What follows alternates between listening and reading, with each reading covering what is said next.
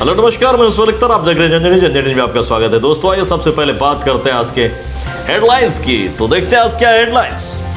तो आपको बताते चले कि मधुबनी जिले में फिर से बढ़कर हो गए 115 केसेस हो गए, यानी कि 34 बढ़ा है। बहुत बड़ा भूचाल मच गया मधुबनी के अंदर में, बिल्कुल तहलका मचता हुआ, काफी खौफ का माहौल।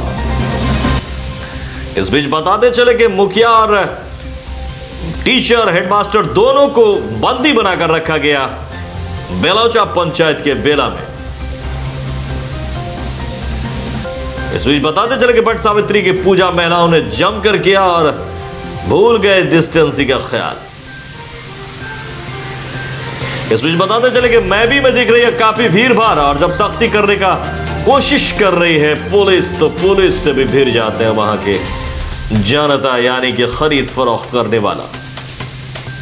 इस बीच बताते चले कि जन अधिकार पार्टी के युवा महासचिव के पिता हाजी ताहिर हुसैन साहब का आज इंतकाल हो गया। बताते इससे पहले की खबरें विस्तार से नजर डालते हैं आज के कोरोना अपडेट्स पर। तो मैं आपको बताता चलूं कि 52,33,384 संक्रमित पूरे विश्व में हो चुके हैं, जबकि 3,35,631 मौतें हुई हैं और 31,04,017 रिकवर करी है। फिलहाल पूरे विश्व के हालात आइए अब नजर डालते हैं इंडिया पर। इंडिया में भी लगातार केसेस बढ़ता हुआ, आज भी 2003 केसेस बढ़े हैं।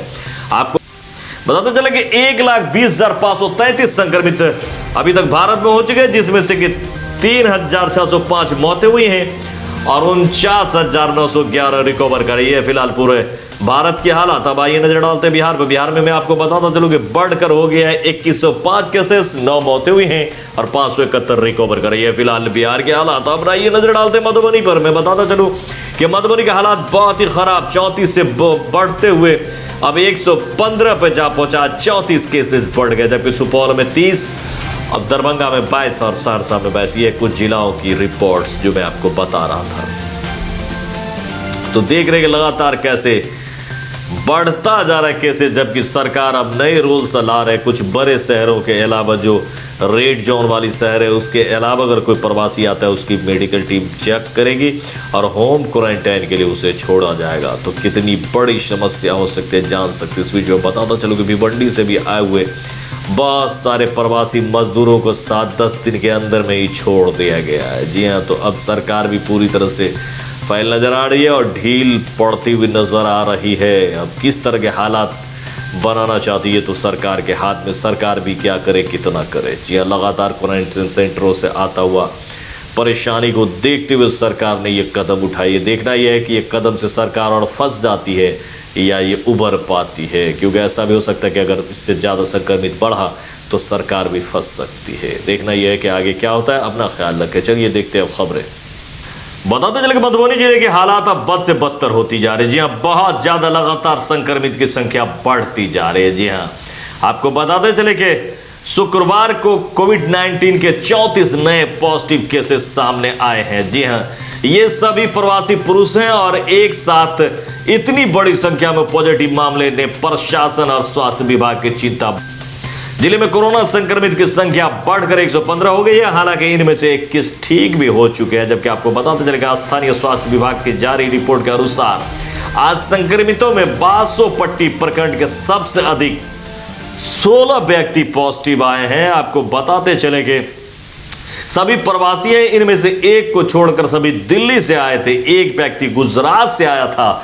वहां से आने के बाद सभी को निजी स्कूल में बने क्वारंटाइन कैंप में आवासित किया गया था। वहीं लदनिया प्रखंड के क्वारंटाइन कैंप में आवासित 8 प्रवासी भी कोविड-19 से संक्रमित पाए गए हैं। जी हाँ, लगातार ये दर बढ़ता हुआ। ये भिवंडी से आए थे। सभी के एक कोरोना पॉजिटिव मरीज के संपर्क में आने से संक्रमित होने की बात कही जा रही है। इसके अलावा राजनगर प्रखंड के रामपट्टी में बने क्वारंटाइन कैंप में आवासित 4 प्रवासी संक्रमित हुए हैं। इनमें से एक कोलकाता व 3 मुंबई से आए थे। लखनऊ व झंझारपुर के 3 प्रवासी मजदूर भी पॉजिटिव आए हैं, जिसमें से बताते चले कि लखनऊ के एक प्रवासी कोलकाता व 2 जयपुर से आए थे। ये दोनों व्यक्ति साथ के ही एक प्रवासी से संक्रमित हुए हैं। जी हाँ, बताते चले कि वो भी सब तो गुजरात से ही थे, जिनको कि पहले ही ले जाया गया था क्वारंटाइन के लिए बेहतर इलाज के लिए। इसमें बता चले झंझारपुर के 3 प्रवासी अलग अलग स्थान से आए हुए थे। अब आप खुद जान लीजिए कि एक के संक्रमित होने से कितने लोग संक्रमित हो रहे हैं, जबकि वो बच के रह रहे एक दूसरे से। जब वो फैमिली में आएंगे तो फिर क्या होगा, और फैमिली से जब समाज में आएगा तो क्या होगा, क्या होना है इस देश का और पूरे विश्व का। तो अगर आप भी बचना चाहते हैं तो इसका एक ही उपाय है कि डिस्टेंसिंग का ख्याल रखें, हर एक को आप पॉजिटिव ही समझा जाए तो ही बच सकते हैं, और बिला वजह बाहर न निकले। बहुत बड़ा समस्या सामने खड़ा है, खासतौर से जिला के लिए, और समस्या बढ़ता हुआ लगातार। अब उनके संपर्क में कौन कौन आए थे इस चीज़ को भी देखना पड़ेगा, तभी पता चलेगा कि और क्या हुआ। और लगातार से लोग आ रहे हैं और अब होम क्वारंटाइन में रखे जाएंगे तो कितनी बड़ी समस्या हो सकती, जान सकते हैं। गली गली मोहल्ले मोहल्ले में फैलने की संभावना बढ़ती जा रही है। इस बीच आइए मैं आपको बताता चलूं कि लखनौर प्रखंड के अंतर्गत बिलौचा एक पंचायत है, जिसके अंतर्गत एक मोहल्ला है बेला।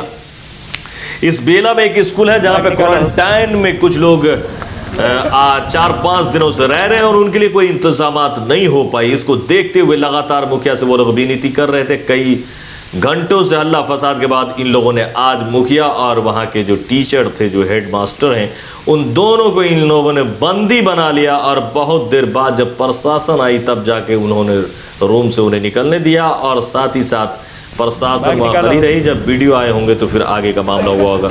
जब तक कि मैं खबर ले रहा था तब तक मुखिया जी को भी वहीं रखा गया था, और अभी तक वो वहाँ बंदी के रूप में ही स्कूल पे रुके हुए थे। वहाँ पे मामला फंसा हुआ था। क्या क्या हुआ आइए जानते हैं दोनों तरफ से। जी हाँ, बताते चले कि वहाँ पर क्वारंटाइन सेंटर में 2 बच्चे और एक गर्भवती महिला भी हैं, और भी लोग हैं, और सभी एक साथ वहाँ क्वारंटाइन में रखे गए हैं। फिलहाल इंतजाम हुआ या नहीं ये भी जानने की बात है। फिलहाल आइए जानते हैं कि क्या हो रहा था वहाँ। सर यहाँ पर कोई साधन नहीं है। आज मुखिया जी को 3-4 दिन से कर रहे हैं, जो इसको करें तो अभी कर रहे हैं, सुबह कर रहे हैं, कल कर रहे हैं, कोई नहीं किया। तो आज हम सोल इन लोगों को आज से घेर रखे हैं। उस टाइम बोला जो एक बाल्टी नहीं है नहाने के लिए, तो कहता पैसा ले लो। पैसा लेके हम कहाँ जाएंगे, रोड पर हमको पब्लिक नहीं निकलने दे रहे हैं। 1-2 बच्चा है इधर अंदर में, महिला है जो वो है गर्भवती है, वो उधर अंदर कुत्ता घुस जा रहे हैं। हम लोग को क्या करें, घर से कोई खाना पीना है मिल रहा है। कितने दिन से आप लोग? हम लोग हो गया 4 दिन 18 तारीख से सर। अभी तक तो खाने वाने का कोई खाने वाने का सर कोई इंतजाम नहीं हुआ है। जब मुखिया जी को बोलते हैं तो बोलते हैं मास्टर साहब देगा, मास्टर साहब बोलते हमको कोई मतलब नहीं है। वो मुखिया जी सोचेगा, वार्ड नंबर सोचेगा। कब आए थे आप लोग? हम लोग 18 तारीख को शाम को आए। कितने लोग हैं? हम लोग 6 जने 18 तारीख को शाम को आए। कल 1 जने आए हैं, 1 जने आज आए हैं, टोटल 10 जने हो गए। सुविधा नहीं दी गई? अभी हाँ तक जी? कोई सुविधा नहीं। कोई सुविधा नहीं है।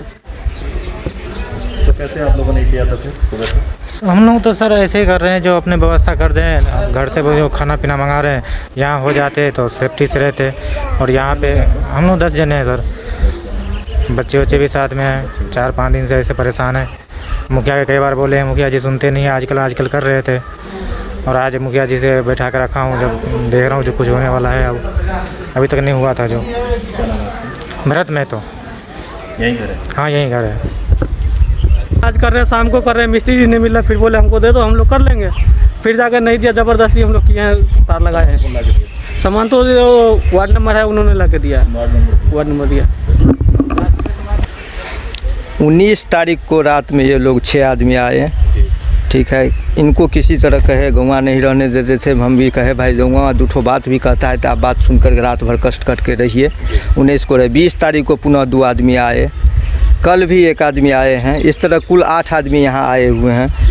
10 बजे आए जो चलिए, इनको प्रभारी को बोले चलिए BDO साहब के पास केंद्र स्वीकृति के लिए आवेदन दीजिएगा, अलॉटमेंट हो जाएगा, आप अपना काम शुरू कीजिएगा। ये लोग बोले नहीं, 4 दिन से हम आए हुए हैं, अभी हमको खाना नहीं दिया, ये नहीं दिया, आपको कहीं नहीं जाने देंगे। हम बोले ठीक है, हमको नहीं जाने दीजिएगा तो मेरे साथ आप 5 सामान आप भेजिए, वहाँ BDO साहब के पास चलिए। उसमें भी नहीं गए वहाँ पर। उसके बाद हम अंदर में थे, BDO साहब को फ़ोन किए 11 बजे, वो बोले रतौल मदनपुर में है, आ रहे हैं। पुनः फ़ोन किए हैं तो ठीक है देखते हैं, आते हैं। अभी तक ये केंद्र स्वीकृति भी नहीं हुआ है। तो फिर हम खाना और ये सारा राशि मुहैया कहाँ से कराएं? इंतजाम तो कहा गया कि मुखिया करा दे, तो अभी तक आपको नहीं मिला? कुछ नहीं मिला है। ये लोग जब 19 तारीख को आए तो हमको खबर मिली, मुखिया जी और यहाँ के वार्ड मेंबर हमको जाके बोले, तो हम आए। तो यहाँ जो है सो साफ़ सफाई वाला काम रसोईया सबको बुला करके करवाए। उधर लेकिन सबकी जो है सो साफ़ सफाई नहीं थी। 3 महीने से स्कूल बंद था 17 फरवरी के बाद। तो बोले इन्हीं लोगों को कि एक मज़दूर ला दीजिए, हम उसको पैसा दे देंगे। तो इन्हीं में से जो है एक के पिताजी बोले कि सर हम कुछ साफ कर देते हैं, आप कहाँ जाएंगे मज़दूर खोजने। तो बस यही बात है। उस दिन से हम रोज़ आते हैं, जितना उस दिन से आए, फिर रिपोर्ट हमने किया। अभी तक स्वीकृत नहीं हुआ ये? जी नहीं, फिर जी हम यहाँ स्वीकृति नहीं हुआ है। अभी कुछ कटा नहीं है लॉटरी? जी नहीं। मुखिया जी बोले आज की चलिए वहाँ, तो हम तैयार हुए। राजकुमार।